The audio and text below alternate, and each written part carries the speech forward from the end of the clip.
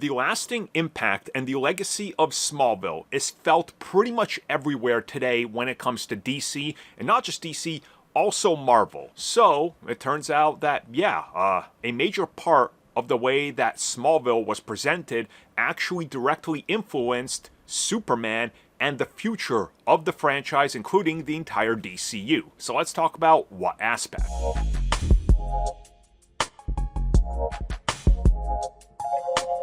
So this confirmation comes at us directly from James Gunn, who was recently doing the rounds talking about setting up things, paying things off in future installments if they get to make them.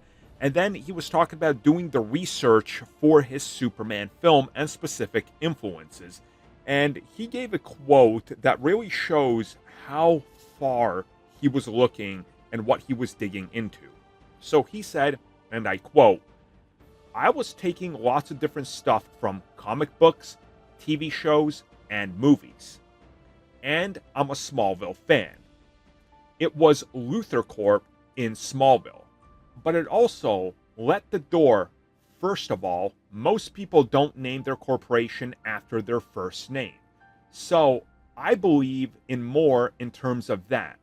Also, it leaves the door open for, was his father in any way ever a part of this, or his mother?" End quote. So what he's talking about is once you name it LexCorp, then you are stuck to Lex Luthor.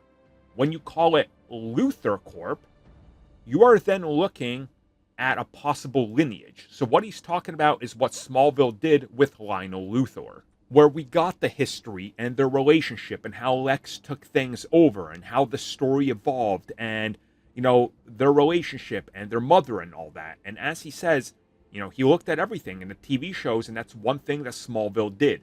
They gave more time to explore the history of who Lex is, his upbringing, his father, his mother, why he is the way that he is, and also let Clark be able to, in a way, sympathize with Lex to a degree about their own fathers and how things are, playing out for each one of them and their upbringing.